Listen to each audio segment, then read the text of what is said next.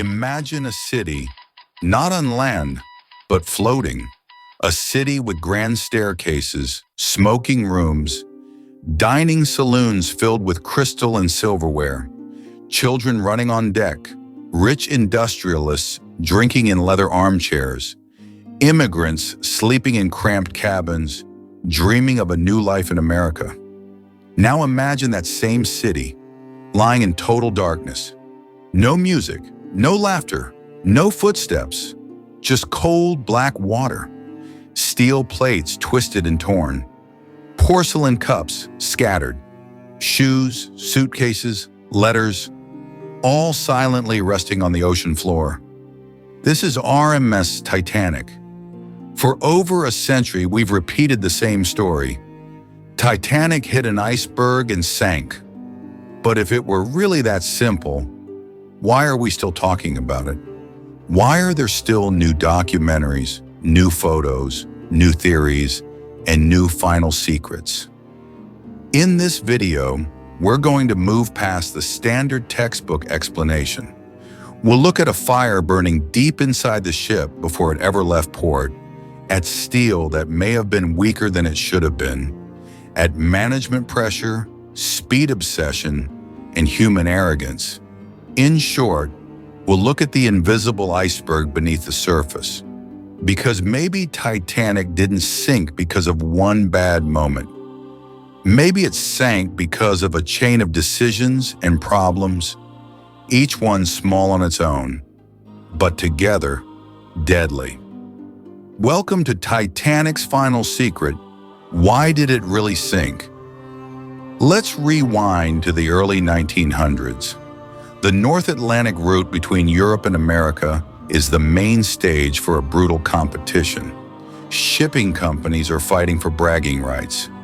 Who can build the biggest, fastest, most luxurious ships? On one side, Cunard Line, breaking speed records with ships like Lusitania and Mauretania. On the other, White Star Line, which decides we won't win with speed, we'll win with size and luxury. So White Star orders 3 giant Olympic-class liners, Olympic, Titanic, and Britannic.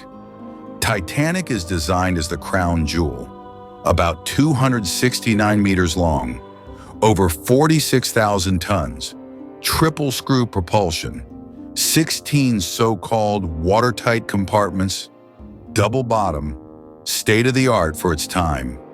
Newspapers hype it as practically unsinkable. Brochures talk about safety and modern engineering. Around the ship and in society, a sentence keeps echoing. Even God himself couldn't sink the ship. Of course, no serious engineer actually wrote that in the technical documentation. But the myth takes root.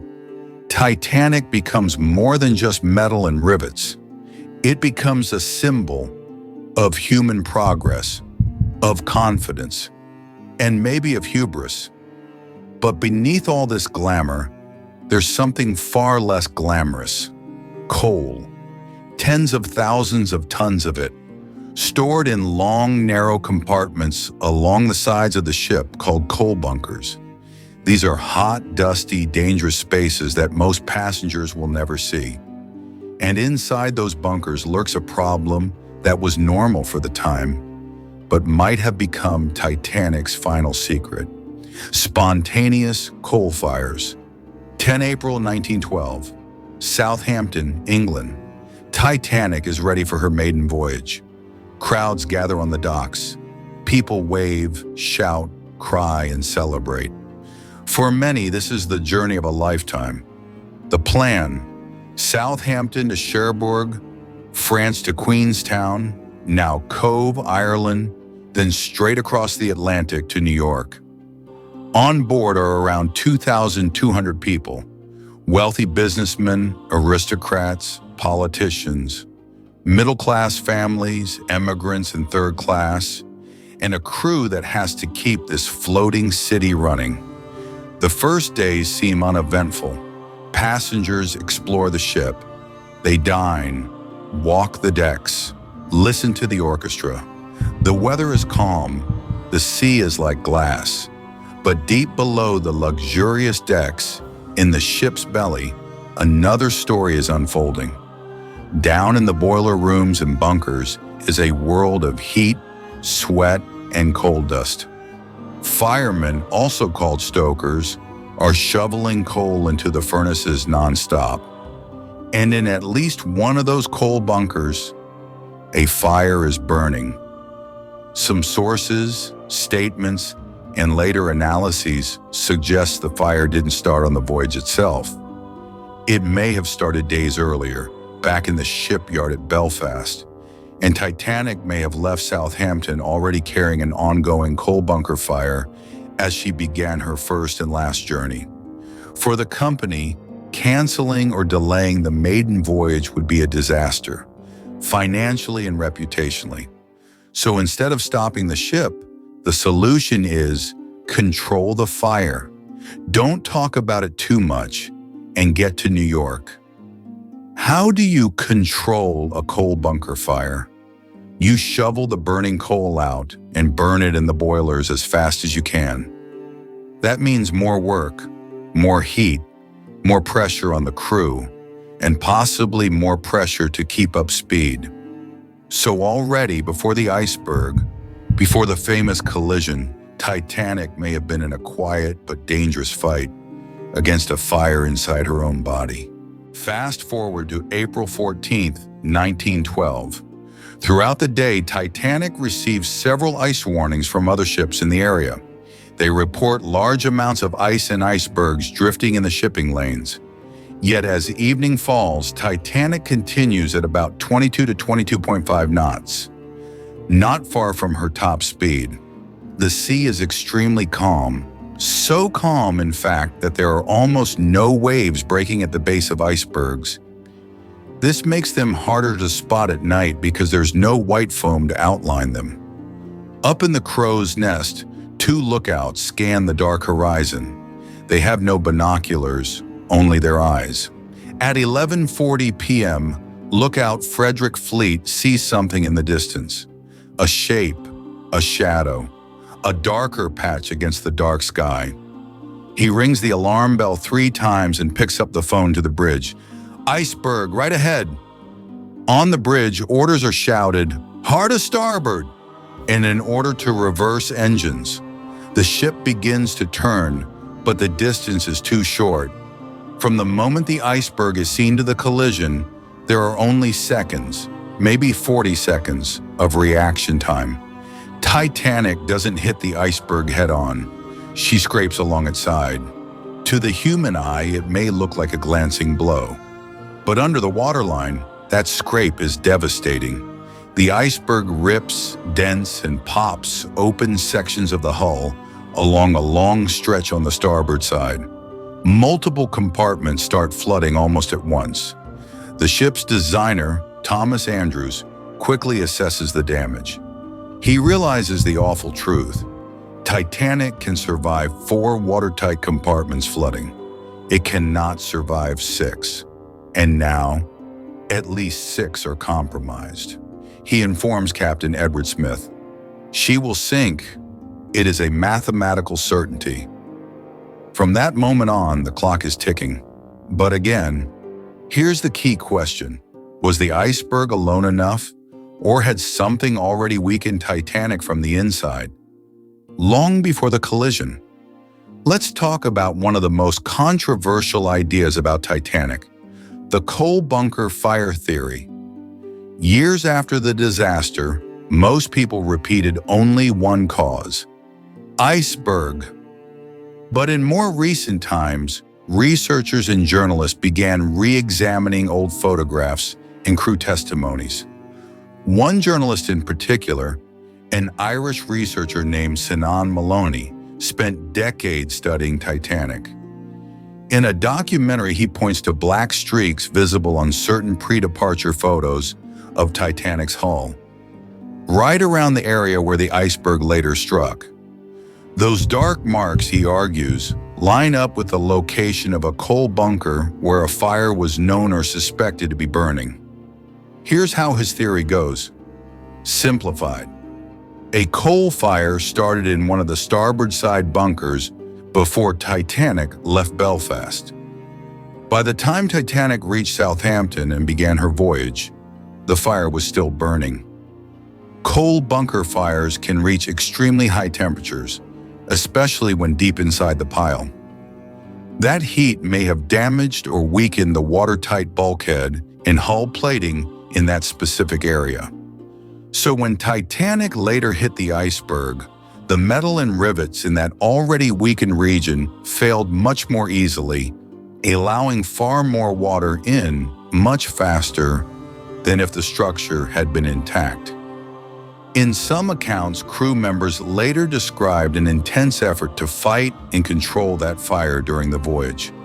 They reportedly worked around the clock, pulling out the burning coal, feeding it into the boilers. If that's true, it raises several uncomfortable questions. Did the company and officers know they were sailing with an active fire on board? Did this fire influence their decision to maintain high speed in order to burn the coal and reach destination faster? Did they underestimate just how badly the heat might have damaged the structure? Now, not everyone agrees with Moloney. Some historians and maritime experts argue that coal bunker fires were not unusual in that era. Ships often sailed with such fires and managed them without catastrophic results. The exact impact of the fire on the hull strength is hard to quantify, but the key idea is powerful. Titanic may have been carrying a hidden weakness right where the iceberg hit, a weakness made of heat, time, and denial. To understand if the ship was already fragile, we have to look at something else: the steel and rivets themselves. Decades after Titanic sank, expeditions reached the wreck and retrieved samples. These samples were tested in laboratories using modern metallurgical techniques. The results were not flattering. Tests showed that the steel used in Titanic's hull had relatively high levels of sulfur and phosphorus compared to modern shipbuilding steel, became more brittle at low temperatures, like those in the North Atlantic, was more likely to crack rather than bend when hit hard in cold water. In other words, when the iceberg tore along the hull, instead of the plates bending and absorbing impact, some areas may have cracked like glass. On top of that, studies of the rivets, the metal fasteners that held the plates together, revealed some rivets had slag inclusions, impurities inside them. This could significantly reduce their strength. Under extreme stress, rivet heads could pop off, allowing seams to open and let in water. Imagine a zipper popping open along a coat. Now imagine that coat is the side of a 269-meter-long ship. So what do we have so far? Cold ocean, steel becomes more brittle, impure rivets, joints are weaker. Long glancing blow, multiple seams and plates fail at once. Whether or not the coal fire dramatically weakened a specific part of the hull, modern science suggests that Titanic's materials were not as resilient as the designers believed. So the iceberg didn't hit a perfect, flawless ship. It hit a structure with hidden vulnerabilities. Now we have two layers. One, the coal bunker fire possibly weakening a section of the hull. Two, the inherent weakness of the steel and rivets, especially in cold conditions. So how much of the blame can we place on the fire? Supporters of the coal fire theory say the fire was intense and long-lasting. The area of visible hull discoloration in photos aligns with the fire location and later the iceberg strike zone. That section of hull and bulkhead could have been significantly weakened, turning a bad collision into a fatal one. However, many maritime historians and engineers caution against oversimplifying. Yes, the fire existed. Yes, it likely caused local damage, or at least stress. but there is no unanimous agreement that it alone transformed a survivable incident into a disaster. Their argument is more like this. Even without the fire, the combination of design choices, material limitations, speed, and the scale of the iceberg damage would probably have doomed Titanic anyway. In safety language, we might say, the iceberg was the immediate cause. The design and material weaknesses were underlying causes. The coal fire was a contributing factor that might have made things worse, especially in that specific area of the hull. So did the fire sink Titanic? Probably not all by itself, but did it quietly load the dice against the ship? That's a very real possibility. Let's now step away from steel and fire and look at something even more important: people. When we talk about disasters, whether it's Titanic, a plane crash, or an industrial accident, we often focus on one visible cause. In this case, it hit an iceberg. That's the tip of the iceberg. But below the surface is a much larger mass of invisible factors: culture, decisions, assumptions, regulations, training, communication. All the messy human stuff. Let's look at a few of those invisible pieces in Titanic's story. Titanic entered an area known to be full of ice. She had multiple ice warnings. She was sailing at high speed at night with no moon and calm seas. Conditions that made icebergs harder to spot, not easier. Why keep such a high speed? Part of it may have been tradition. Captains of large liners often maintained high speeds in similar conditions. Other ships had done it and gotten away with it. Part of it may have been prestige. A maiden voyage arriving on time, or even ahead of schedule, was a PR victory. But there's also that other subtle pressure. If there really was a coal bunker fire being fought, slowing down too much might mean burning less coal per hour, which could prolong the fire and the risk. So you have confidence in the ship's design, confidence in experience. We've done this route many times. Possible pressure not to delay arrival. A fire in the bunkers pushing the crew to consume coal quickly. All of that adds up to a simple result. Titanic stays fast when caution would suggest slowing down. This isn't just a story about a mistake. It's a story about normalization of risk. People doing risky things because that's how it's always been done. Titanic carried 20 lifeboats. In theory, their total capacity was about 1,178 people. There were over 2,200 people on board. Even if every boat was filled to the maximum, hundreds would still be left without a seat. And yet, this was legal under the rules of the time. Why? Because regulations were based on ship tonnage, not passenger count. Those rules were outdated and hadn't caught up with the new generation of giant liners. Titanic actually carried more lifeboats than the law required. But legal minimum is not the same as safe enough. On top of that, no full lifeboat drill was done for passengers. Many crew members were unsure how many people each boat could safely carry. Some early boats were launched half empty, out of fear that the davits couldn't handle a fully loaded boat. Third-class passengers faced physical barriers and confusion trying to reach the boat deck. So even the available capacity wasn't fully used. The result is heartbreaking. Lifeboats rowing away with empty seats while people remain on the sinking ship. Not because there were absolutely no options, but because planning, training, and regulations were not good enough. You've probably heard that Titanic had watertight compartments. That sounds very safe, like separate boxes that can't flood each other.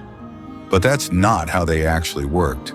The bulkheads, the walls between compartments, didn't go all the way up to the main deck. They stopped at different heights.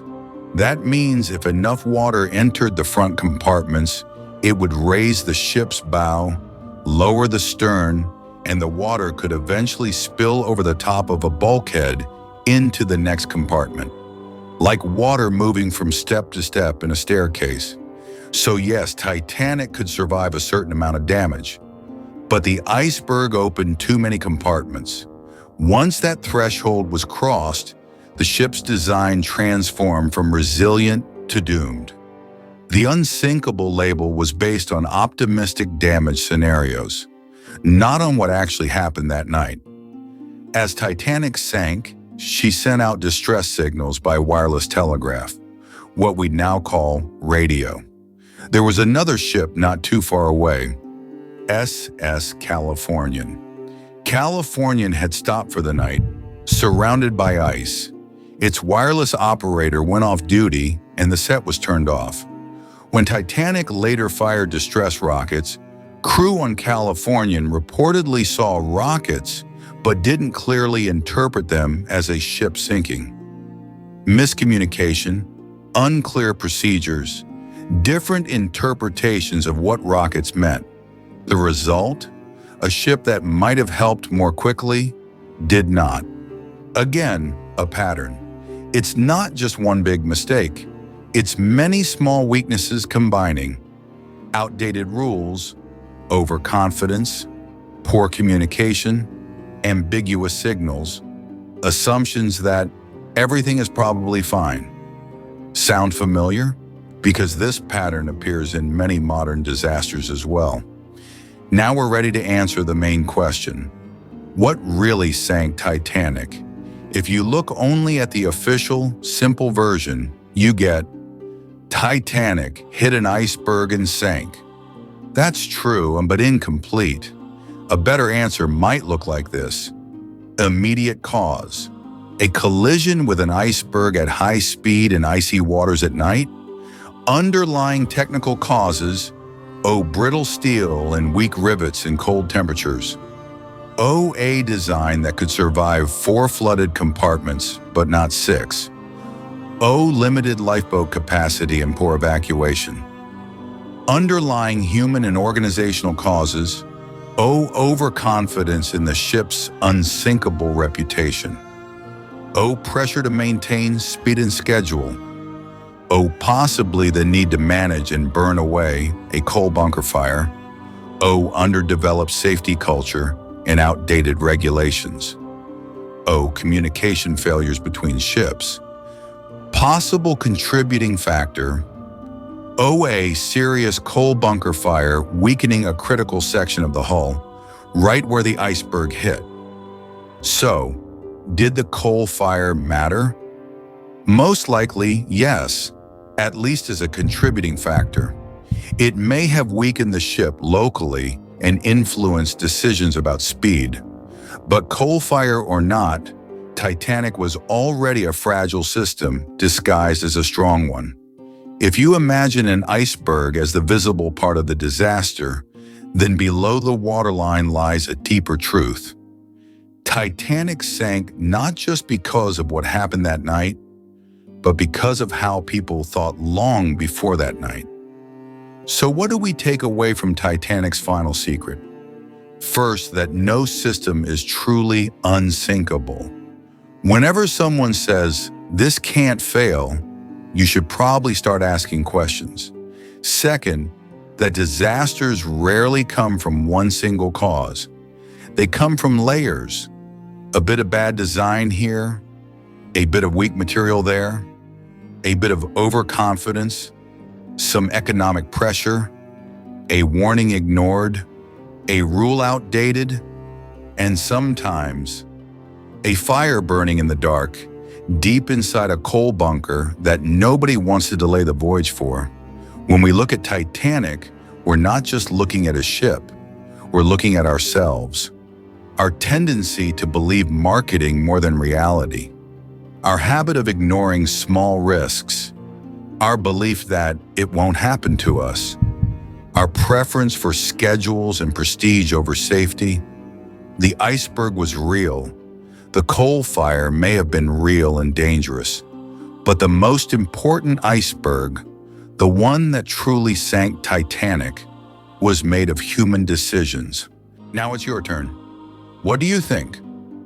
Do you find the coal bunker fire theory convincing? Do you think it played a major role, or was it just one more factor in an already doomed situation? If Titanic had slowed down, even with a coal fire, do you believe she could have survived? Tell me what you think in the comments.